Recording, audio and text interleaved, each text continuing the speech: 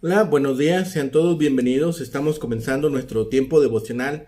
En esta mañana, el día de hoy, estaremos revisando del capítulo 8 del libro del profeta Ezequiel, el final de este capítulo, del versículo 13 al 18 para nuestro tiempo devocional que hemos titulado La odiosidad del pecado.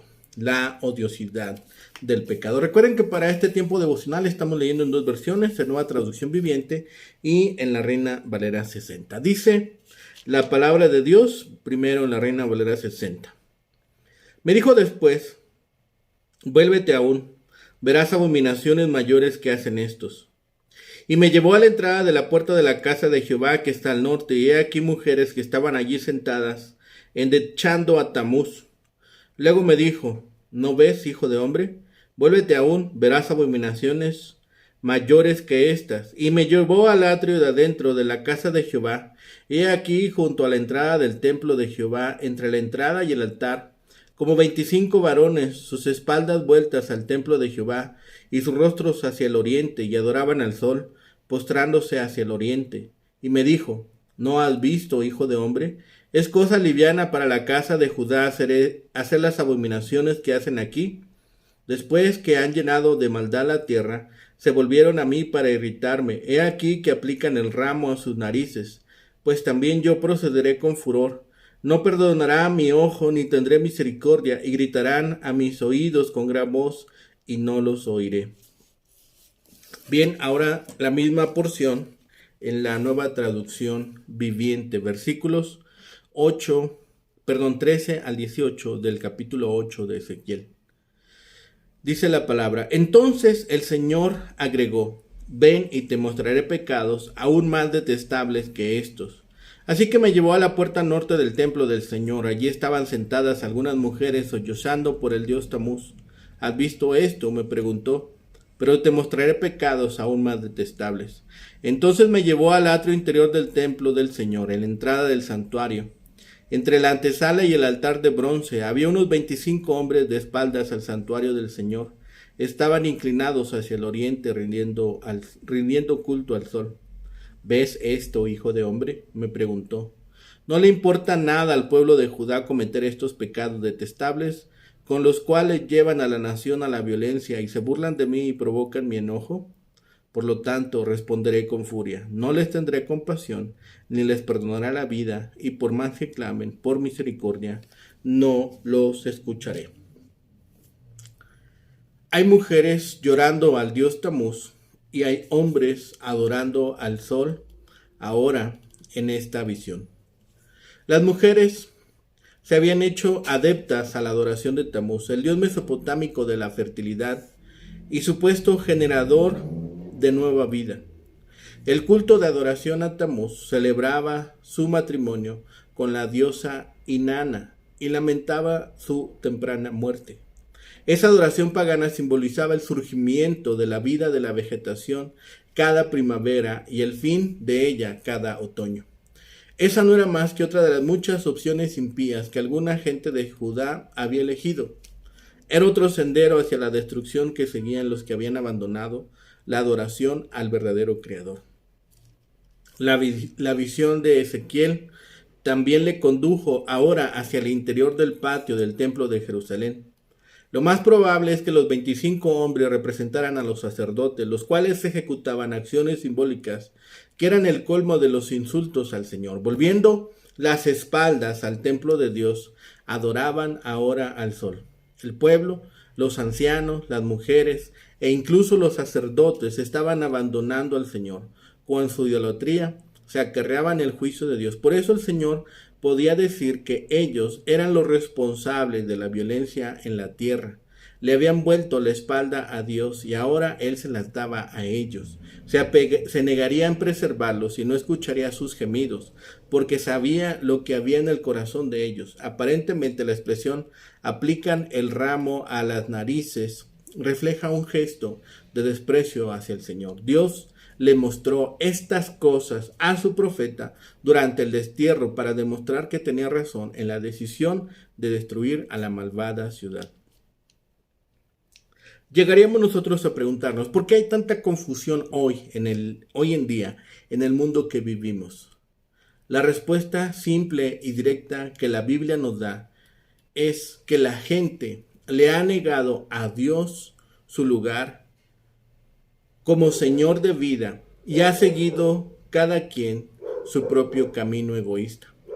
Cuando esto sucede, el juicio de Dios se manifiesta. Con frecuencia, el castigo consiste en permitir que la gente sufra las consecuencias de su pecaminosa y necia insistencia en hacer las cosas a su manera y no a la manera de Dios. Estas mujeres y esta adoración a Tamuz, se puede comprender este acto a la luz de las creencias que tenían los pueblos que rodeaban a Israel. Según ellos, durante la primavera, Tamuz, diosa de la vegetación o dios de la vegetación, estaba en plena vida y daba lluvia para la cosecha. En el tiempo de la sequía, moría. Y entonces la diosa Istar tenía que llorar para que él resucitara junto con la vegetación. Ezequiel ve que las mujeres de Israel en la puerta del templo están lamentando y llorando por la muerte del dios pagano. Esperaban que Tamuz volviera a la vida para traer la lluvia y las buenas cosechas. Tal acto marcaba otro grado más de idolatría. El pueblo había dejado de confiar en Dios para que los proveyera de las buenas cosechas y en cambio confiaban ahora en otros dioses. Al final de la visión se oye de nuevo la voz: vuélvete aún, verás abominaciones aún mayores que estas. La idolatría seguía de cada vez en peor. Así que adoraban ahora al dios de las cosechas. Tamuz era el compañero de la diosa Astarte. La costumbre que practicaban estas mujeres tiene su paralelo en muchas de las religiones orientales de esa época, en Egipto, en Persia, en Babilonia y en Grecia. En Grecia se encuentra en la leyenda de Adonis y Venus, y también en la forma variada en la de Ceres y Proserpina, quien raptó Plutón y la llevó al Hades. Proserpina era hija de Ceres y Júpiter, y la madre apeló al gran dios por su hija. Júpiter hizo que Plutón devolviera a la madre de su hija durante 6 meses del año. Estos meses, según la mitología griega, eran los meses de verano. Los otros 6 meses la doncella se volvía a Plutón cuando era invierno en la tierra. En la leyenda de Tamuz y Astarte, Tamuz era el compañero de la diosa del amor y la fertilidad. Tamuz era el dios de la primavera. En otoño, de acuerdo con el mito, él moría y entonces venía el invierno. Como parte de los ritos que se celebraban en relación con la supuesta muerte de este dios, era un periodo de endecha en la cual las mujeres lloraban la muerte del dios, en imitación al dolor de Astarte al perder a su compañero. En la primavera, Astarte descendía al lugar de los muertos y traía consigo, cuando volvía a Tamuz, resucitado de los muertos, lo que traía a la tierra una vez más la fertilidad y la vida. Los ritos de este culto se celebraban casi siempre con gran sensualidad e inmoralidad. Después de esta visión, ahora Ezequiel ve el culto al sol, la adoración del sol. El último pecado mencionado es este. Por el lugar donde estaban, entre el altar y la puerta del templo, tendrían que ser sacerdotes, ya que era el lugar donde solamente tenían acceso ellos. Los adoradores ahora dan la espalda al templo, con sus rostros vueltos hacia el oriente. Esta práctica había sido prohibida por la ley en Deuteronomio 4:19. Al darle la espalda a Dios, ellos reiteraban su rechazo. Segundo libro de Crónicas, capítulo 29, versículo 6. Adoraban al Dios del sol. Con esto termina la descripción de sus pecados, mismos que se realizaban en el templo. Dios declara porque por esta causa, por la idolatría, juzgará a la casa de Judá. Habían ofendido al Creador y no perdonaría ni oiría sus gritos de angustia en el tiempo de juicio. Habían desechado al Dios glorioso del universo, pero no se puede jugar con el Señor y salir ileso. El pueblo pensaba que Dios estaba lejos, muy ocupado y probablemente sin interés en ellos. Así que por lo tanto no le hacían caso. Él los llevó a volverse a otros dioses pensando que tal vez esta situación les obligó a volverse a otros dioses pensando que tal vez les ayudarían más en los problemas de la vida diaria. No podemos simplemente juzgarles, no podemos solamente señalar sus errores, porque tal vez nosotros también nos hayamos encontrado en una situación semejante. Alguna vez tal vez hemos creído que Dios no nos escucha o que está lejos. Que quién nos ayudará, quién nos socorrerá en el momento de angustia. ¿Cómo solucionaremos aquellas situaciones que parecen ser apabullantes? ¿Qué es lo correcto? ¿Quién es el que toma distancia? ¿Nosotros de Dios o Dios de nosotros? ¿O realmente no hay un Dios que nos ve? No le interesamos de ninguna forma. ¿Y qué podemos hacer si no hay Dios? Este punto de vista de Israel acerca de Dios llegó a su punto culminante, a su clímax, en su estilo de vida que ahora arruinaba todo lo que habían recibido de Dios. Empezaron con pequeños pecados, al parecer insignificantes, pero habían llegado a un punto climático. Los pecados aumentaron hasta llevarlos al instante de la idolatría, la rebelión y al fin a llevar abominación dentro del propio templo del Dios viviente, el creador del universo. Así como este pecado pequeño, no confesado, lleva a uno más grande. Y esa es la dinámica que encontramos que sucedió con Israel. Llegaron a ser perversos hasta los propios líderes, los dirigentes, incluso los líderes religiosos. Todo este proceso empezó con una pequeña duda, con una pequeña situación, a tener un concepto equivocado de Dios. ¿Cómo estamos nosotros? ¿Creemos esta verdad o tenemos una verdad distorsionada y debilitada acerca de quién es Dios? ¿Cómo es su persona? Si ya le hemos aceptado, si ya le hemos seguido, ¿estamos produciendo frutos o seguimos sin producir frutos? Si no le hemos aceptado, podemos empezar por aceptar nuestros pecados y la falta de fe que hasta el momento nos ha hecho falta. Pidamos a Dios que nos ayude a verlo tal como Él es. Un concepto adecuado de Dios producirá frutos correctos en nuestra vida y sobre todo que sean agradables. Vemos en este pasaje que Dios condujo a Ezequiel al interior del atrio, a uno de estos lugares sagrados del templo. Ahí vio a estos 25 varones, estos profetas, sacerdotes, que estaban rindiendo culto al sol,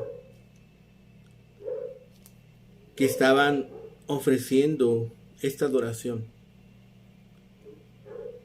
Cada uno de estos sacerdotes nos indica que no tenían ahora a quién acudir para llevar oraciones delante de Dios. Por todas estas abominaciones practicadas en Israel, Jehová afirma que no perdonará mi ojo ni tendré misericordia. Sobre ellos vendría destrucción. Sobre ellos estará ahora su enojo. Lo que descubre el profeta Ezequiel son mayores abominaciones que las anteriores. Las mujeres que estaban llorando a Tamuz, esta deidad babilónica, estaban en duelo estas mujeres. La idolatría y la inmoralidad son gemelos inseparables a lo largo de la historia del mundo. Muy probablemente estas mujeres no solamente endecharían a Tamuz, sino también llegaría el momento en que llegarían a esta adoración sensual, a este momento de pervertir lo que antes habían creído. Pero la imagen no termina ahí. La imagen llega al siguiente descubrimiento que hace Ezequiel. Dios le dice: ¿has visto esto, hijo de hombre? ¿Suponías que tales cosas se llevaban a cabo en mi templo? Dios condescendiente pregunta así al profeta. Verdaderamente podemos nosotros preguntarnos qué excusa tenía la casa de Judá para hacer tales abominaciones. Esta gente que tenía las profecías, las ordenanzas, los mandatos y las promesas del Dios verdadero, ¿era posible que se comportaran así? ¿No merecían entonces castigo y reprimenda por lo que estaban haciendo? La frase más interesante aquí es: míralos aplicando la rama a sus narices. Esta frase requiere un análisis particular, singular de esta. En primer lugar, tenemos aquí una de las 18 enmiendas oficiales de los antiguos escribas, quienes por un sentimiento de equivocada reverencia a Dios escribieron Apam, la nariz de ellos, en lugar de Api, mi nariz, que era lo que originalmente aparecía en el texto hebreo. Lo hicieron así por entender que aquí se trata, como es el hecho, de un rito obsceno. Sobre cuál sea el rito obsceno que se indica en cuanto a la rama a sus narices, no se ponen totalmente de acuerdo los autores, ni siquiera los rabinos, quizá por el horror que les causa. Dos son las explicaciones más probables. Según Rashi y otros, el hebreo semorá, rama, puede significar rotura de viento, es decir, lo que en España se llama ventosidad.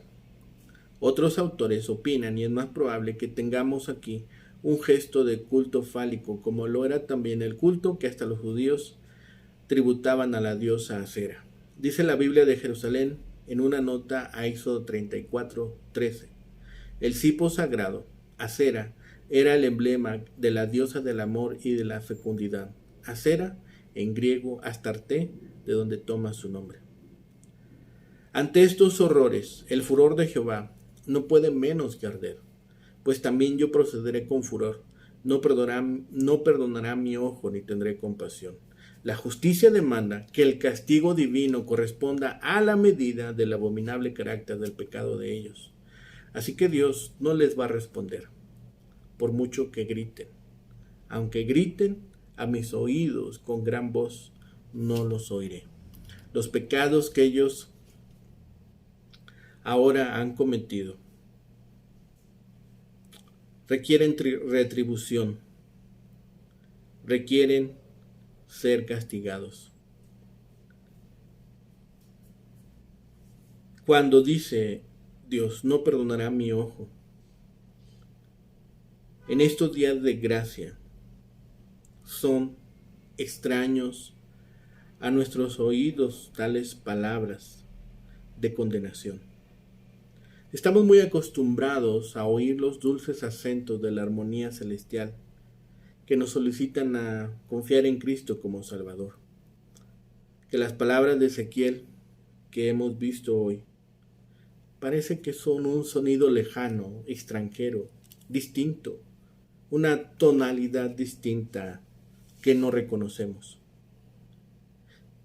Pero estas palabras, estas sentencias que Dios declara aquí, son tan verdaderas, tan reales y tan consistentes como las palabras expresadas en Juan 3:16.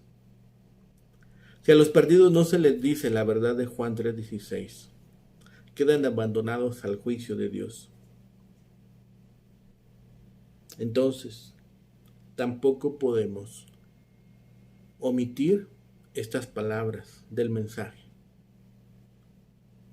Si realmente queremos ayudar a otros a escapar del juicio, del día inminente de castigo, entonces también debemos expresarles las verdades que están contenidas en estas líneas. Hagámoslo valientemente, hagámoslo consistentemente. Este capítulo 8 termina con lo que llamamos una conclusión, no solamente a este cuadro de pecado, sino a todos.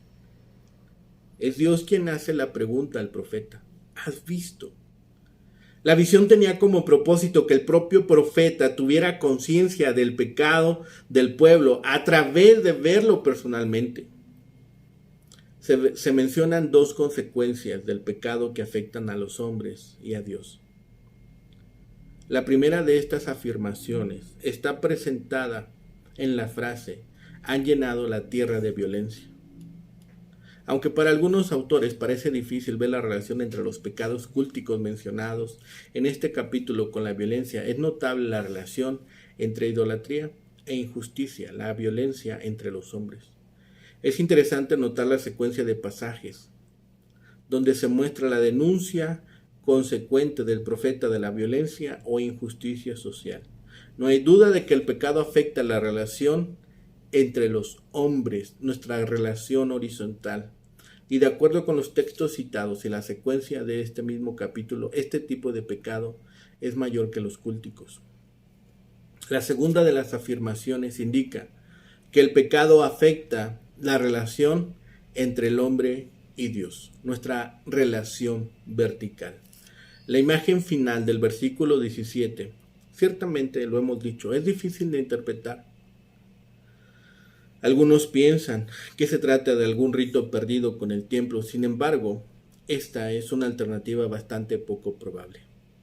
Otros lo relacionan directamente con violencia o la falla sencilla de cumplir los mandatos de Dios. Es imposible interpretar esta frase desde la perspectiva de Dios. Para hacer esto, es necesario recordar que la frase hebrea que se traduce sus narices, es decir, la nariz de ellos, es lo que se conoce en el texto hebreo como tikkun soferim. Esta es una frase que escribieron al margen del texto hebreo y era usada para significar una corrección de los escribas. El texto original decía mi nariz, pero como a los escribas que copiaron el texto les parecía muy fuerte esa expresión, la cambiaron, pero dejaron constancia de lo que habían hecho. A partir de esto podemos notar que la Biblia afirma que Dios recibe el sacrificio de su pueblo como olor fragante, por lo que el pecado, y tan descarado como el que se describe en el capítulo, era una ofensa al pueblo contra Dios, del pueblo contra Dios. En Isaías 17:10 se utiliza la misma palabra hebrea que aquí se traduce rama de la vid sémora. Allí se usa en combinación con otro término extraño, mostrando indudablemente que se trata de un Dios extraño. En resumen, el pasaje enfatiza el pecado como una ofensa intencional y grosera hacia Dios. Después de mostrar las implicaciones del pecado hacia los que lo rodean como hacia Dios, el pasaje termina con las consecuencias de sus actos. Pues yo también actuaré, dice Jehová. Hasta ahora se había mostrado lo que ellos hacían. Ahora era el tiempo del actuar de Dios. Cuando su ira se iba a expresar sobre el pueblo, era el momento determinado por Dios. Este versículo contiene tres expresiones. Las dos primeras ya fueron mencionadas por el profeta y se habrían de repetir en el capítulo siguiente. La tercera, gritarán a mis oídos, pero no los escucharé. Es nueva y muestra que la esperanza de que Dios escuchará a su pueblo, expresada en el nombre Hazanías, será en vano, pues su pecado impide que Jehová los escuche. El uso de gritar a los oídos muestra cierta actitud del ser humano que piensa que por la convicción o fuerza de su pedido serán escuchados. Aquí se muestra que Dios mira la vida de los que están rogando. Había visto ya el actuar de las mujeres, llevando lamento a Tamuz. Y este lamento, como hemos dicho, era acompañado por costumbres infames y sensuales. Y los adoradores del sol, aquí retratados, eran sacerdotes. El Señor apela al profeta en cuanto a la odiosidad del pecado. He aquí que aplican el ramo a sus narices, denotando con eso una costumbre usada por los idólatras en honor a los ídolos que servían. Mientras más examinamos la naturaleza humana y nuestros corazones, más abominaciones descubrimos. Mientras más tiempo se examine el creyente, más se humillará delante de Dios y más valorará la fuente abierta para el pecado y procurará lavarse de ella. La progresión que nos presenta Ezequiel es terriblemente reveladora. La condición del pueblo era abominación. Las condiciones que relata Ezequiel es una ofensa total. Tamuz era el dios babilónico de la primavera. Estaban confiando en él para tener cosechas. Creían que la vegetación verde se marchitaba y moría en el ardiente verano debido a que Tamuz había muerto y descendido a otro mundo. Estaban confiando en un Dios que moría, cuando el Dios verdadero, eterno e inmortal estaba delante de ellos y lo habían desechado. Aquellos adoradores lloraban y guardaban luto por su muerte. Dios le estaba mostrando a Ezequiel que muchas personas ya no estaban adorando al verdadero Dios de la vida y la vegetación. Nosotros también debemos tener cuidado de no pasar tanto tiempo pensando en los beneficios de la creación que perdamos de vista al Creador. Nosotros debemos ser cuidadosos de no depositar nuestra confianza en alguien más que no sea Dios. Esto no es cosa liviana. Esto no es una cosa menor. Recordemos que su pecado fue creciendo, su condición se fue deteriorando y llegaron a la adoración idolátrica, y esto provocó violencia, y esta también fue una causa del castigo de Dios. Su relación vertical con Dios se había deteriorado, por lo tanto su relación horizontal con sus semejantes estaba también siendo afectada. Busquemos de Dios su rostro, busquemos de Dios su consejo. No nos extraviemos, no estemos nosotros cometiendo abominación tras abominación. No estemos ahora en la misma condición en la cual cayó Israel. Hemos escuchado ahora esta advertencia, hemos escuchado ahora este consejo. Es tiempo de que nosotros actuemos ahora que hemos escuchado estas palabras. Oremos. Bendito Padre Celestial, Señor y dador de la vida, Creador del universo y de todas las cosas. Bendito Padre, nos dirigimos ahora a ti, Señor, para darte gracias por todas tus bendiciones, por tu amor incondicional y por las cosas que nos provees, como también aquellas que no nos provees. Padre bendito, danos ahora, Señor, el discernimiento, la sabiduría y la capacidad para dirigirnos de la manera que a ti te agrada, para clamar a ti y para rogar, Señor, de ti bendiciones. Que nuestro ojo, que nuestra mente, que nuestro corazón, Señor, no se distraigan con cosas menores. Que podamos, Señor, en todo tiempo alabar y bendecir tu nombre, porque tú eres el único merecedor de toda la adoración, la alabanza. Eres el único, Señor, al que debemos rendir culto.